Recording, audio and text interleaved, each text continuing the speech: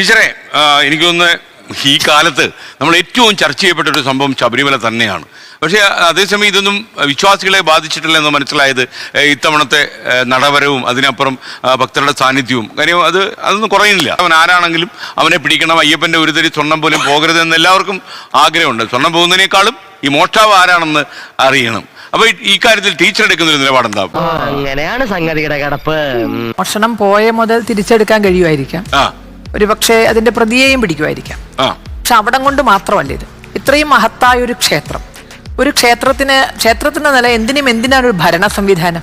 അപ്പൊ അവിടുത്തെ ചൈതന്യം വർദ്ധിപ്പിക്കാൻ അങ്ങനെ ഒരു ഭരണ സംവിധാനം വേണ്ട. എന്തിനാണ് ഒരു ഭരണ സംവിധാനം? അരുതാത്തതൊന്നും അവിടെ നടക്കാതിരിക്കാനും വേണ്ടത് എന്താണോ അത് നടക്കാനും ഒക്കെ ശ്രദ്ധിക്കാൻ വേണ്ടിയാണ് ഒരു ഭരണ സംവിധാനം. അപ്പൊ അതിന്റെ പരാജയമാണ് ഇത്തരം ഒരു ഗതികെട്ട അവസ്ഥയിലേക്ക് എത്തിയത്. ഇതിന്റെ മേലെ തന്നെ വലിയ ഒരു നിഴൽ വീഴ്ത്തത്തക്ക വിധത്തിലുള്ള കരിനിഴൽ വീഴ്ത്തത്തക്ക വിധത്തിലുള്ള നടപടികളാണ് അവിടെ നടന്നത്. അപ്പൊ അവിടെ ഇവിടെ പോറ്റിയെ കയറ്റിയത് ആരാണെന്നോ പോറ്റിയെ പോറ്റിയത് ആരാണെന്നോ അത് തർക്കം അതിന്റെ വഴിക്ക് നടക്കട്ടെ. ഇവിടെ ഇപ്പൊ ഞങ്ങളുടെയൊക്കെ മനസ്സിലുള്ള ഒരു സംശയമുണ്ട്. ഇപ്പൊ ഈ മകരവിളക്ക് കഴിഞ്ഞ സമയത്ത് ഇപ്പൊ പത്രവാർത്തകൾ വരുന്നു കണ്ടു, 5.5 ലക്ഷം ബിസ്ക്കറ്റ് പാക്കറ്റുകൾ ബാക്കിയായി. 550 പേരെ താൽക്കാലിക ജീവനക്കാരെ വെച്ചുകൊണ്ടായിരുന്നു അവിടെ ബിസ്ക്കറ്റ് പാക്കറ്റുകൾ വിതരണം ചെയ്തിരുന്നത്. പക്ഷേ ഒരു പൈസ മേടിക്കാതെ അവിടെ ചുക്കുവെള്ള വിതരണത്തിനെന്ന് പറഞ്ഞാൽ താൽക്കാലിക ജീവനക്കാരെ വെക്കുന്നത്. ഒരു പൈസ വാങ്ങിക്കാതെ ഈ ചുക്കുവെള്ള വിതരണം, അതുപോലെ തന്നെ അന്നദാനം, ഇതൊക്കെ നടത്തിയിരുന്ന സന്നദ്ധ സംഘടനകൾ അവിടെ ഉണ്ടായിരുന്നു. പക്ഷേ ആ സന്നദ്ധ സംഘടനകൾക്കൊക്കെ എതിരെ ഹൈക്കോടതിയിൽ കേസും, കോടതിയിൽ ചിലപ്പോൾ സത്യമല്ല ന്യായമാണല്ലോ വിജയിക്കുക. അപ്പം അത്തരത്തിലുള്ള ചില വിവരങ്ങളൊക്കെ കൊടുത്ത് ആ സന്നദ്ധ സംഘടനകളോട് കടക്ക് പുറത്ത് എന്ന് പറഞ്ഞു. പക്ഷേ പോറ്റിയോട് ആരും കടക്ക് പുറത്ത് എന്ന് പറഞ്ഞില്ല. പോറ്റിയെ കയറ്റിയവരും പറഞ്ഞില്ല, പോറ്റിയെ പോറ്റിയവരും പറഞ്ഞില്ല കടക്ക് പുറത്ത് എന്ന്. കുടുംബത്തിന് വേണ്ടി ചെലവാക്കി ശീലിച്ചു. പൈസയുടെ വില തീരെ അറിയില്ല ഈ മനോജ് ബാബു. മനുഷ്യന്റെ വില എന്താണെന്ന് അറിയാത്തവരോട് ക്ഷമിച്ചാലും ശരി, പൈസയുടെ വില എന്താണെന്ന് അറിയാത്തവരോട് ക്ഷമിക്കുമെന്ന് വിചാരിക്കും. പോറ്റിയുടെ വീട്ടിൽ പോകാനും സമ്മാനം കൊടുക്കാനോ സമ്മാനം മേടിക്കാനോ പോറ്റിയുടെ വീട്ടിലെ നൂലുകെട്ടോ തെരണ്ട് കല്യാണോ ഇതിലൊക്കെ പങ്കെടുക്കാനും ഒക്കെ മത്സര ബുദ്ധിയോടുകൂടി മത്സരിച്ചവര് പോറ്റി അവിടെ സർവതന്ത്ര സ്വതന്ത്രനായി വിഹരിക്കും. അദ്ദേഹം ആരുമല്ല, മേൽശാന്തിയല്ല, തന്ത്രിയല്ല, തന്ത്രി കുടുംബത്തിൽപ്പെട്ട ആളല്ല, മാളിയപ്പുറം മേൽശാന്തിയല്ല, ഇതൊന്നുമല്ല. ഒരു മേൽശാന്തിയുടെ കീഴ്ശാന്തിയുടെ പരികർമ്മിയായിട്ട് വന്നൊരു വ്യക്തി മാത്രമാണ്. ഇങ്ങനെ ഭീമാകാരമായി വളരത്തക്ക വിധത്തില് അയ്യപ്പനെ തന്നെ എടുത്ത് മറയ്ക്കാവുന്ന വിധത്തിൽ വളർന്നപ്പോഴും ഇവർക്ക് ആർക്കും നെറ്റി ചുളിഞ്ഞില്ല. നേരെ മറിച്ച് ഒരു ചുക്കുവെള്ളം കൊടുക്കുന്ന സംഘടനകളെ വരെ കടക്ക് പുറത്ത് എന്ന് പറയാനുള്ള സംവിധാനം അവിടെ ഉണ്ടായി. അപ്പോൾ ആര് പുറത്ത് നിൽക്കണമെന്നും ആര് വളരണമെന്നും വളരെ വ്യക്തമായി ചിന്തിച്ചുറപ്പിച്ചവരാണ് ഈ കൊള്ളയ്ക്ക് പിന്നിലുള്ളത്. ജിൻഷാദ്, ഇപ്പം ഇന്ന് കഴിഞ്ഞ 2 ദിവസങ്ങളിലായിട്ട് ഈ ഉണ്ണികൃഷ്ണൻ പോറ്റി സോണിയാഗാന്ധി കണ്ടതാണ് വലിയ വിവാദ വിഷയം. ഉണ്ണികൃഷ്ണൻ പോറ്റി എന്തിനവിടെ പോയി? വല്ല ജപിച്ച് കെട്ടാൻ പോയതാണോ? ഇദ്ദേഹം എന്തിനാണ് അടൂർ പ്രകാശ് പോലെ ഒരാൾ അവിടെ കൊണ്ടുപോയത്? ഇങ്ങനെയുള്ള ഒരുപാട് ചോദ്യങ്ങൾ ഇപ്പോൾ ഉയർന്നു കേൾക്കുന്നു. ആക്ച്വലി ഇതിനകത്തൊരു കാര്യം, ഈ കേരളത്തിലെ പിണറായി മന്ത്രിസഭയെ 10 കൊല്ലമായിട്ട് അവരാണല്ലോ. ഈ പിണറായി മന്ത്രിസഭയുമായിട്ട് എന്തായാലും സോണിയാഗാന്ധിയെ കണ്ടുകൊണ്ട് ഉണ്ണികൃഷ്ണൻ പോറ്റിക്ക് എന്തെങ്കിലും ഒരു ക്രമീകരണങ്ങളോ എന്തെങ്കിലും പദ്ധതികളോ നടപ്പാക്കി കൊടുക്കാൻ പറ്റില്ല എന്ന് നമുക്കറിയാം. 2 കേരളത്തിലെ ദേവസ്വം പ്രസിഡന്റുമാരോ ദേവസ്വം ബോർഡുമായിട്ടോ സോണിയാഗാന്ധിക്ക് കഴിഞ്ഞ 10 വർഷമായിട്ട് ഒരു ബന്ധമില്ലെന്ന് നമുക്ക് എല്ലാവർക്കും അറിയാം.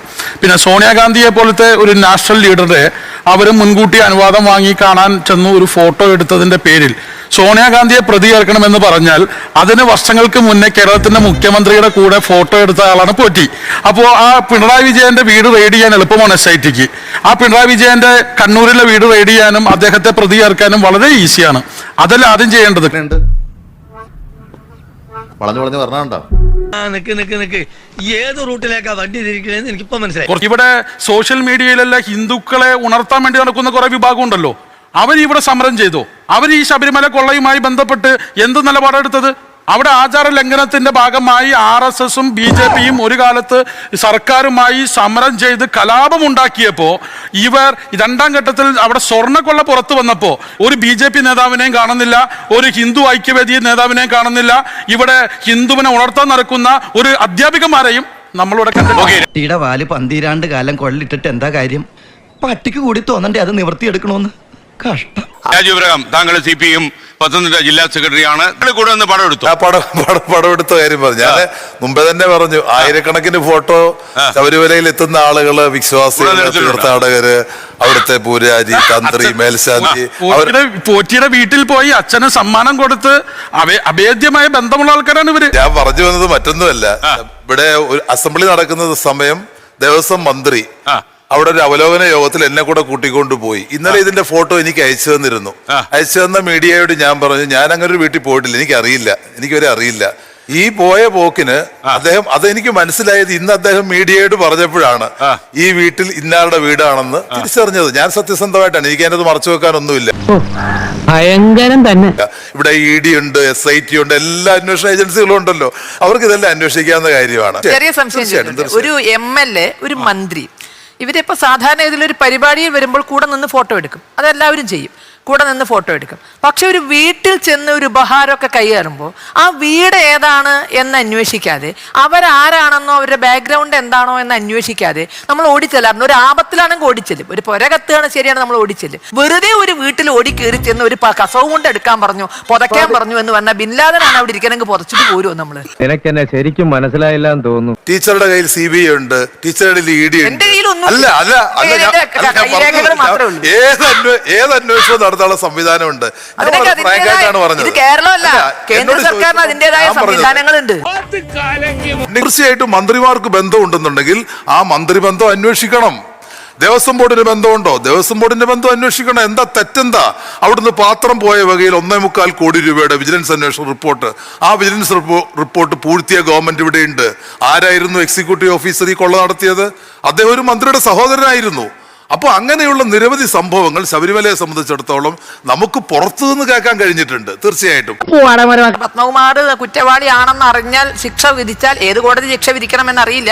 സുപ്രീം കോടതി വരെ പോയാൽ അതിന് മേലെ പോകാൻ പറ്റുണ്ടാവില്ല. അതുവരെ കാക്കുമായി അല്ല, പാർട്ടിക്കകത്ത് നടപടി എടുക്കണം. അല്ല, അതിന് ശിക്ഷാവിധി വരണം. പങ്കുണ്ടെങ്കിൽ ഉറപ്പല്ല. ആ കൊള്ളയിൽ പങ്കുണ്ടെന്ന് കോടതി വിധി വരണം. കോടതി വിധി ഇപ്പൊ ഇവിടെ വന്നാൽ മേൽക്കോടതിയിൽ പോകും. അതപ്പോ അങ്ങനെ കുറച്ചു കാലം നിൽക്കും, അതവിടെ നിൽക്കട്ടെ. ടീച്ചറെ കുറ്റപത്രം വന്നാൽ മതി. കുറ്റപത്രം വരില്ലല്ലോ. പത്മകുമാറിനെ ജയിലിൽ നിന്ന് 90 ദിവസം കൊണ്ട് കൊടുത്തില്ലെങ്കിൽ അവർ ഈസി ആയിട്ട് ഇറങ്ങിപ്പോരും. അതിന് കാത്തു നിൽക്കാളല്ല. ഈ കുറ്റപത്രം എഴുതത്ര പണിയൊന്നുമില്ല. അക്ഷരറിയാത്ത ഈ അന്വേഷണം ഇത്രയും വലിയൊരു സംവിധാനക്കാർക്ക് ഒരു കുറ്റപത്രം സമർപ്പിക്കാൻ ഇത്ര കാലം എന്ന് പറഞ്ഞിട്ടുണ്ടെങ്കിൽ ഒരു പ്രതി ഇറങ്ങി അവർക്ക് ജാമ്യം കിട്ടും. അവരുടെ പ്രസിഡന്റ് ആണെങ്കിലും അവര് മറ്റേ PSC ടെസ്റ്റ് എഴുതിയിട്ടോ അങ്ങനെയൊന്നും കയറിയിരിക്കുന്നവരല്ല. ഇവിടുത്തെ MLA-മാരും ഹിന്ദു MLA-മാരും ഹിന്ദു മന്ത്രിമാരുമാണ് ഇവരെ തെരഞ്ഞെടുക്കുന്നത്. അപ്പോൾ അവരുടെ ഭാഗത്ത് ഇങ്ങനെ ഒരു കളങ്കം വന്നാൽ അതിന്റെ ഉത്തരവാദിത്വം ഇവർക്കില്ലേ? ഉടനെ നടപടി എടുത്തുകൊണ്ട് അത് ഈ പറഞ്ഞ പോലെ നമ്മുടെയൊക്കെ തലയിൽ ഇവരെ വെച്ച് തരുന്നത് പാർട്ടി സംവിധാനം. നമ്മൾ എന്തൊക്കെ പറഞ്ഞാലും MLA എന്ന് പറഞ്ഞാൽ പാർട്ടി പറഞ്ഞതിനനുസരിച്ചിട്ട് ചെയ്യുള്ളൂ. അപ്പൊ ഈ പാർട്ടി സംവിധാനമാണ് ഭക്തരുടെ തലയിൽ ഇങ്ങനെ ചില വേഷങ്ങളെ വെച്ച് തരുന്നത്. അപ്പൊ ആ വേഷങ്ങൾ കളങ്കിതരാണ് എന്നൊരു ആരോപണം വന്നാൽ ഉടനെ തന്നെ അതിനൊരു നടപടി പാർട്ടിക്ക് എടുത്തുകൊണ്ട് അവരുടെ കൈകൾ ശുദ്ധമാണ് എന്ന് തെളിയിക്കണ്ടേ? അപ്പൊ അത് തെളിയിക്കുന്നില്ല എങ്കിൽ അതിലെന്തോ ഭയം ഉണ്ടെന്ന്. ഈ ത്രിവിക്രമൻജിയുടെ ഒരു പ്ലാനിങ്ങുകളും ഒരു പ്രാവശ്യത്തിൽ കൂടുതൽ പരാജയപ്പെട്ടിട്ടില്ല.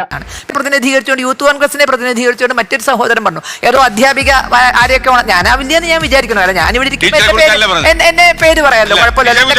എന്റെ പേര് SKN പറഞ്ഞല്ലോ, അതുകൊണ്ട് അദ്ദേഹത്തിന്റെ പേരറിയാം. വേറെ ഏതോ അധ്യാപിക ഹിന്ദുക്കളെ ഉണർത്തുന്നുണ്ട്, അല്ലെങ്കിൽ അവരെന്ത് ചെയ്തു?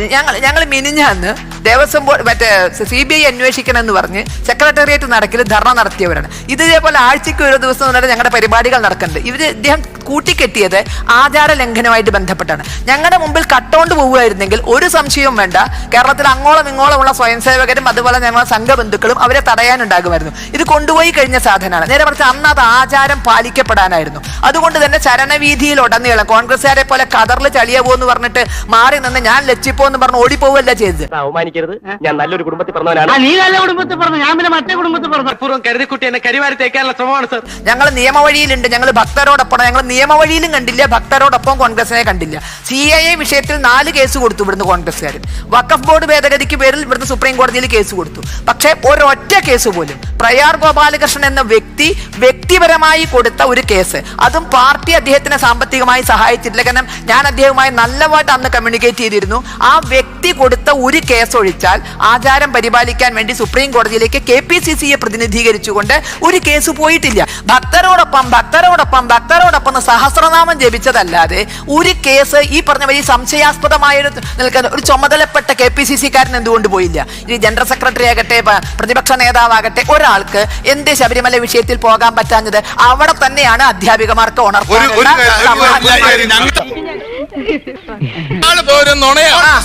കോൺഗ്രസ് വരരുത്, ഇതാണ് നിങ്ങളുടെ ലക്ഷ്യം.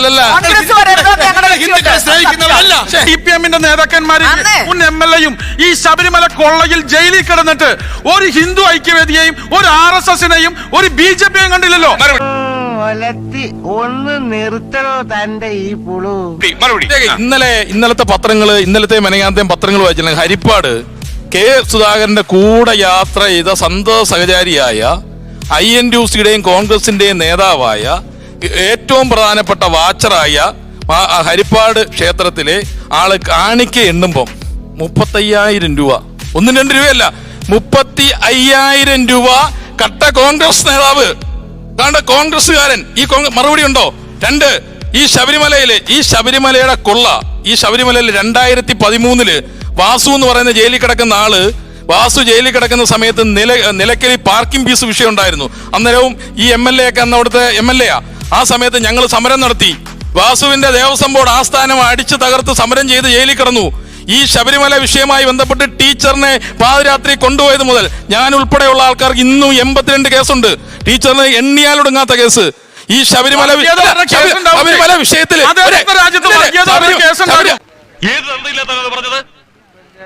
കിട്ടിയോ? സാമാന്യ ഭേദപ്പെട്ട രീതിയിൽ യുവതീ പ്രവേശന വിഷയം വന്ന സമയത്ത് പമ്പയിൽ മാത്രം വന്ന് ബോധരഹിതരായി വീണതല്ലാതെ ഒരു കോൺഗ്രസ് കൊണ്ട് ശബരിമല നല്ല തറവാടിത്തുള്ള കള്ളന്മാരാ. തൽക്കാലം ഇത്രയും മതി. വരട്ടെ.